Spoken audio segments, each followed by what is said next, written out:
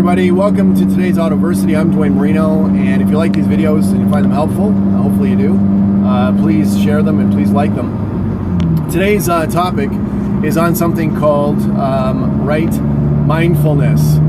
Now, what is mindfulness? Mindfulness is basically being aware of your own thoughts. I can tell you, if you spend a day or even 10 minutes actually paying attention to your own thoughts, maybe writing down the odd one that creeps into your mind, people that study this stuff, I don't know where they get some of the information, but apparently, the average person is awake 15 hours a day. We have 100 completely random thoughts an hour, 3/4 of which are self-doubt. I'm not good enough, I'm not smart enough, I'm too skinny, I'm too tall, I'm too short, I'm too fat, I don't have enough hair, I have too much hair, I can't make these calls, I can't sell this, this won't work, why don't I know this yet? All kinds of things. Now, without mindfulness, without getting in touch with those thoughts, it obviously becomes very difficult to correct anything or improve yourself. But mindfulness also ties into a lot of other things, such as your physical health. There's a stress hormone called cortisol. I'm sure you're aware of it if you ever had a physical. And cortisol is supposed to be a very short-term thing where it induces fight and flight, the fight and flight response. Now, with the fight and flight response, the job of cortisol is to take away mindfulness. It's to take away your ability to critically analyze or think clearly, and it's designed for dangerous situations in which we were been in for millions of years or whatever. However, with our current lifestyles of everything's on a time clock, financial pressures, relationship pressures, we're under a continual stream of stresses that our ancestors weren't under, and we're not really built to deal with. So a lot of people have a continual cortisol drip going on in their body. What does this do? Well, it's going to prematurely age you in every way that you can imagine. It's going to make you overweight. It's going to take away your mojo. It's going to make you make a lot of mistakes, treat people in ways you don't want to treat them, say things you don't want to say. So there's a lot of practical, physiological reasons why you want to study mindfulness and maybe get in touch with that, which is really just self-awareness of your own thoughts. So here's a couple of ideas.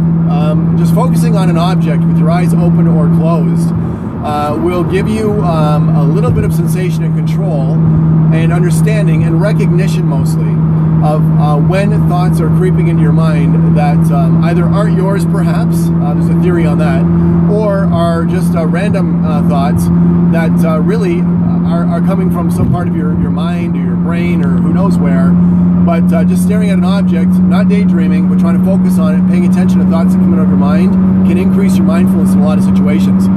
Now, the benefit of mindfulness is you're not going to be saying things to customers and your boss that you would normally not want to say if you had a chance to think about it. You're not going to rifle back an email to somebody and tear a strip off of them when 24 hours later you go, man, I was not my best self there. Why did I do that? You're going to have dialogues with your family and friends and customers at much higher levels of quality because you're aware of your own thoughts and your body language and what you're doing and why you're doing it. Another way to increase your mindfulness is through yoga. This is why yoga works for mindfulness. You have to hold poses.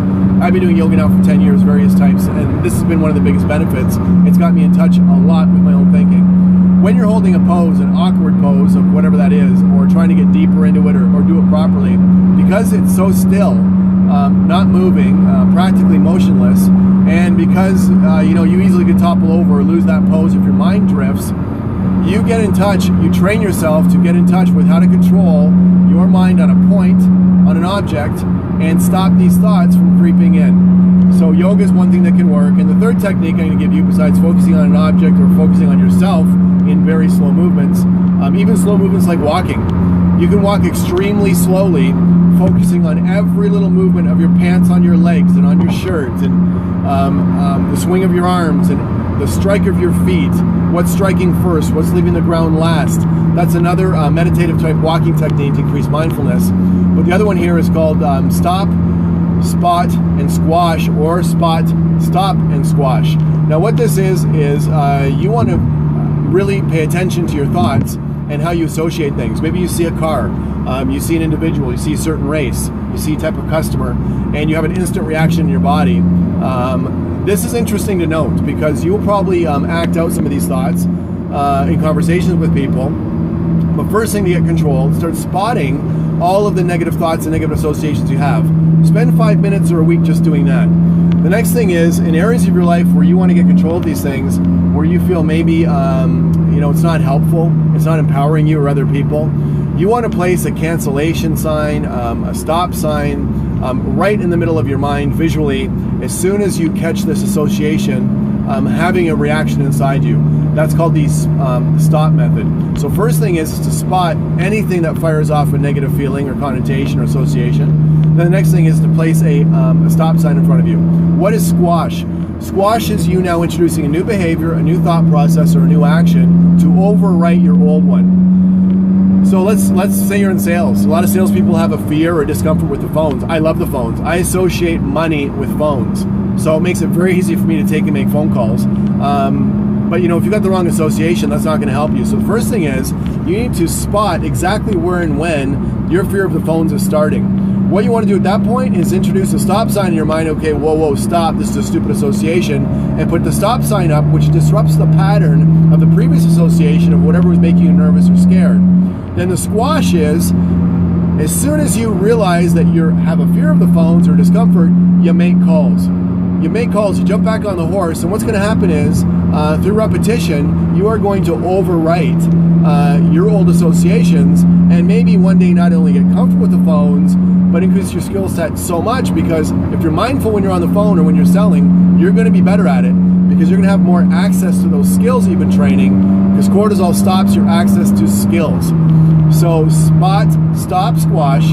Maybe do something like yoga or extremely slow walking where you analyze your moves. And of course, you know, try to focus on your breathing a little bit, because breathing helps a lot during all these situations. And the other one is just focusing on a still object or an object in your mind with your eyes closed. And it could be something as simple as a soccer ball. And imagine that soccer ball in front of you as you slowly rotate it in every direction, and just analyze and cultivate the thought of that ball while you also entertain yourself with the other thoughts that are creeping into your mind. This video is a little bit longer because this video requires a lot of training and work, sometimes years of work, before you make any enormous progress.